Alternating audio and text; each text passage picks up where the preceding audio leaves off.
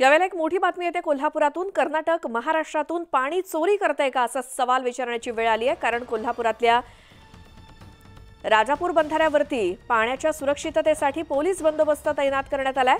महाराष्ट्राच्या सीमेवर राजापूर इथे कृष्णा नदीवरती असलेल्या शेवटच्या बंधाऱ्यावरती बंदोबस्त ठेवण्यात आलाय। राजापूर बंधाऱ्याच्या पुढे कर्नाटक राज्यामध्ये पाणी टंचाई असल्यामुळे अज्ञातांनी बंधाऱ्याचे बर्गे काढून कर्नाटकच्या दिशेने विसर्ग सुरू केल्याची माहिती मिळाली आहे आणि शासनाची कोणतीही परवानगी नसताना हा विसर्ग सुरू झाल्याने कृष्णा नदीची पाणी पातळी खालावली आहे आणि दोन पोलीस आणि 2 पाटबंधारे विभागाचे कर्मचारी अशा 4 कर्मचाऱ्यांचं पथक इथे नियुक्त करण्यात आलंय। आता पुन्हा अज्ञातांकडून बंधाऱ्याचे बर्गे काढून पाण्याचा विसर्ग होण्याची शक्यता असल्यामुळे 24 तास बंदोबस्त तैनात ठेवण्यात आलाय।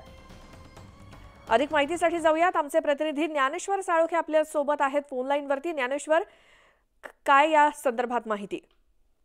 श्वेता, कोल्हापूरमध्ये पाण्याला आता पोलीस बंदोबस्त देण्याची वेळ आलेली आहे, कारण आपल्याला माहितच आहे की कर्नाटकमध्ये महाराष्ट्रातून जे नेमून दिलेलं पाणीसाठा आहे तेवढाच पाणीसाठा दरवर्षी सोडला जातोय आणि इतर पाणीसाठा आहे त्याची अडवणूक केली जाते।